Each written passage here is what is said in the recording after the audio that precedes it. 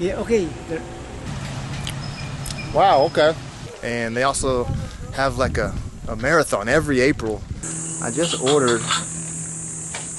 That is a lot of food. So I got the seafood noodle dish. A lot of places like this that look like ghetto strip joints.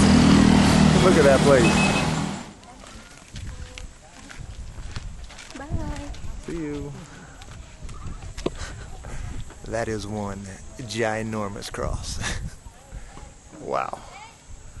So, hello there from Mount Samat. This is at the top of Bataan. And so, where I stayed last night and where I came from is somewhere over there. I'm going to the other side of the peninsula today. Had to stop here. So, this is a shrine that is dedicated to the fallen Filipino fighters that died fighting for their freedom. I don't think I've ever seen a cross this big. Pretty impressive. Today we're gonna, like I said, go to the other side of the peninsula. There's some things I want to check out over there, some more memorials, some more monuments. Hopefully find some good food. And so, once again, it's a beautiful day here in the Philippines. I'm loving it.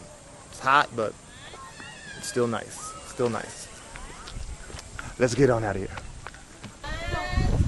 So what Bataan is unfortunately famous for is what's known as the Bataan Death March. And so when the Japanese attacked Bataan here, they forced around 67,000 American and Filipino prisoners of war to march around 100 kilometers. It was called a death march not because of how many died. Of the 12,000 Americans, only about 1,700 lived to come home. But they called it a death march because of the way they died. If you stopped on the road, you were killed. If you had a malaria attack, they killed you. If you had to stop to defecate, they killed you. If you just couldn't take another step, they did not give us water. They gave us no food. The temperature was about 108 degrees. The Americans that were captured, a good 80% of them had malaria. Another 50% had dysentery. So we were gunshot wounds, malaria, dysentery, and we had to walk this distance that they wanted us to. Under these conditions, it was unbearable. And it's interesting, I was when I was researching about this, there's a town in New Mexico that has their own memorial, and they also have like a marathon every April that honors all the POWs that lost their life here during that time. And apparently there were a lot of military from New Mexico, from this certain area in New Mexico. And so hey, it's hot. It's hot. Look at you, you have somebody covering you. Oh, because the babies. I know. Yeah, I know, right? Let me get in there. Welcome to the Philippines, sir. I know. I like it though. I like the hot. I like the warmth. Bless. He wants to bless. Bless no. Bless Like this. High five? Bless ka daw. No, like Bless. this. Bless daw. He will do the Philippine. Bless. Oh, bless. Okay, bless. Bless ka dan. Bless. Oh, Okay, good job. thank you. And so yeah, it's quite the hike up there actually. The parking lot is way down there, and even though there's a road here, they don't let you drive up it. And so everyone has to take, well, I guess that's a bad joke.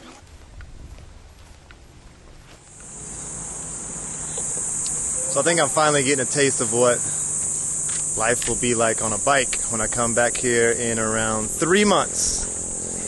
When I was driving here from Manila, it wasn't too fun actually. Really busy, a lot of traffic, and yeah, I would not want to be on a bike doing that the whole time. But finally, kind of out in the middle of nature's kind of nice scenery to look at, and some small shops like this selling some homemade food. And so I just ordered fish and rice and some sort of vegetable dish right here. I don't think I'll go hungry, that's for sure. Lots of fruit on the side of the road, so lots of little shops like this. And they always serve you, not always, but a couple times now, some nice hot soup.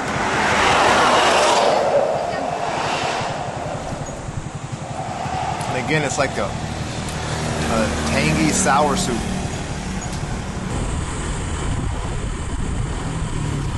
You ever wondered whatever happened to all those broken plastic lawn chairs? They stack them behind this tree right here in the Philippines.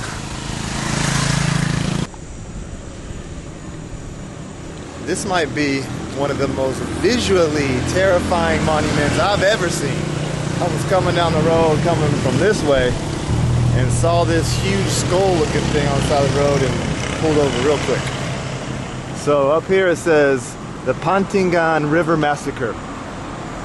Just looked it up, and what happened at the beginning of the Bataan Death March, a bunch of the Filipino fighters and American soldiers were rounded up and killed. I'm guessing there's a river around here somewhere, and they were hogtied, brought down to the river, bayoneted, beheaded, and wow, they have a little reenactment of maybe what went down. This looks pretty fresh. You can almost smell the paint on it. Is this something you can go inside? Maybe not. Maybe not. Maybe not.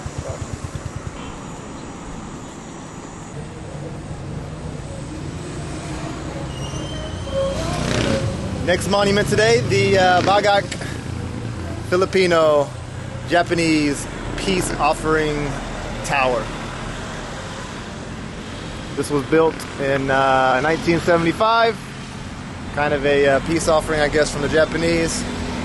You know, World War II was obviously a dark time for a lot of people, and like I said earlier, hopefully it's something we never have to repeat again, even though it feels like there's war going on everywhere in the world right now. It sucks, but we obviously didn't learn our lesson.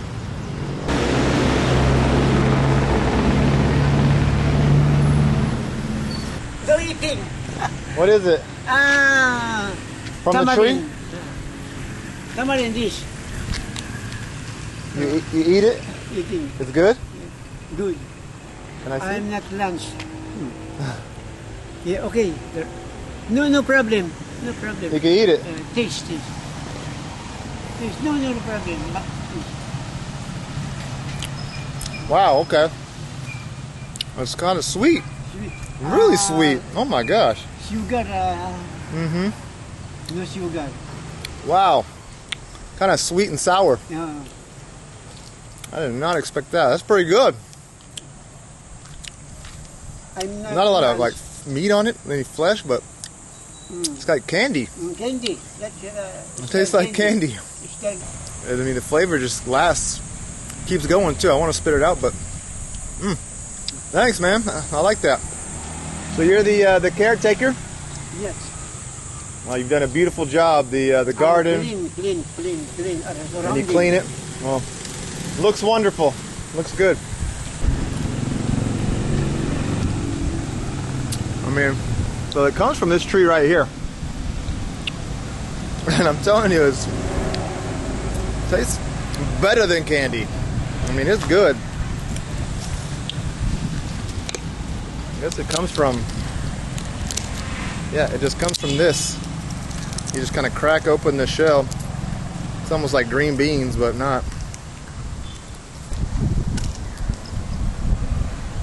Wow, I'd have never imagined. Wow, thank you. Okay. All right, the last little monument on today's was turning out to be a monument scavenger hunt. Is what it feels like. So this is the Kilometer 0 Bataan Death March monument. This is, I guess, where it started. And so up here is the very first monument. And the road that I've been on this entire time, every single kilometer. Are those dogs locked up? Yes, they are. Hey, hey, hey. Every single kilometer that I've gone, there's been one of these statues. And this would be the first one.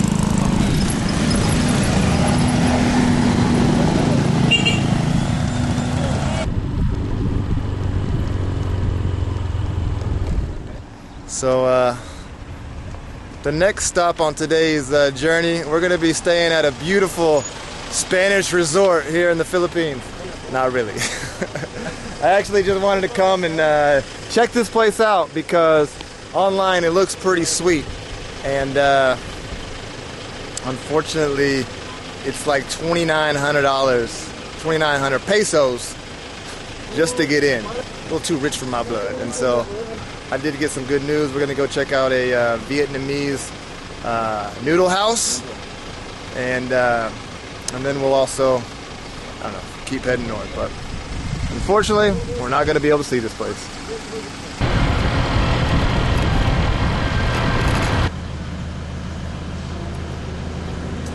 All right, so I made it to my spot. This is where we're gonna have lunch. So, according to the guy we just met, this is supposed to be the best Vietnamese restaurant in the area. What is your best seller? Yes, sir. Vietnamese bread and Vietnamese noodles. Awesome. Look at that. I got my work cut out for me. That is a lot of food. So I got the seafood noodle dish, whatever he said. Looks like he has some fish balls, some mussels, shrimp. A lot of good stuff in there. I remember the bami Vietnamese sandwich. These are what I love. I love the Vietnamese sandwiches. To be honest, I've never really had a great soup dish from a Vietnamese place. Like, I've had pho 1,000 times. And it always sounds good, but every time I've had it, I'm never like, wow, that was amazing. In the sandwich, we got some ham, some tomatoes, some onions, and some kind of brown sauce. And a cucumber. I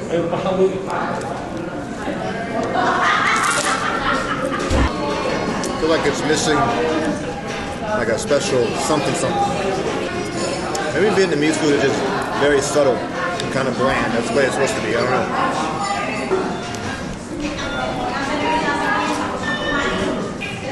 Some chili oil. Yeah, that's what I'm talking about.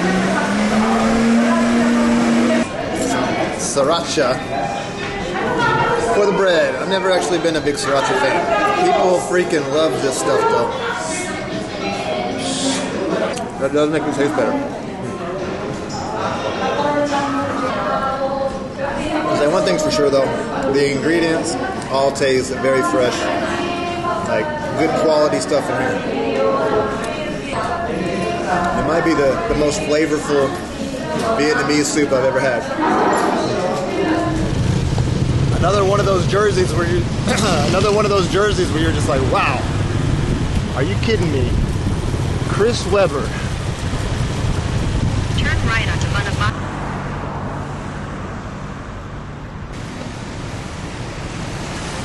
Okay, so I have made it to Olangapo.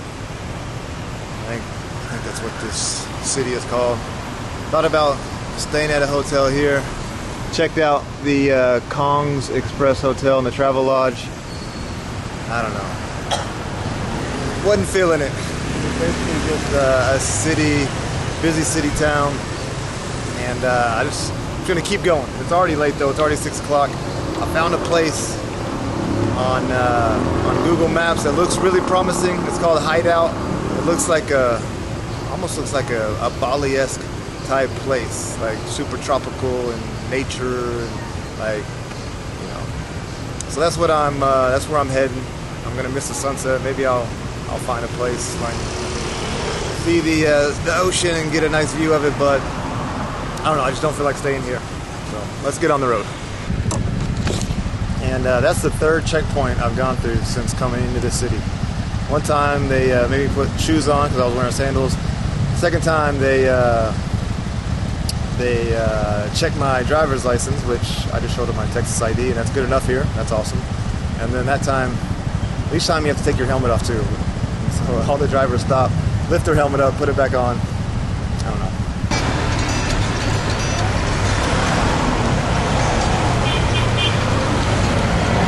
Very Western feeling place. There's back there's a bunch of like dive bars and a bunch of old white dudes in there talking to young Filipinos.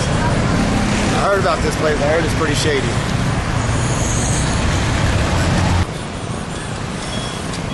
A lot of places like this that look like ghetto strip joints. Look at that place.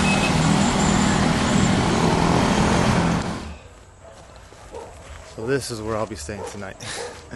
Just drove about an hour and 20 minutes from the city.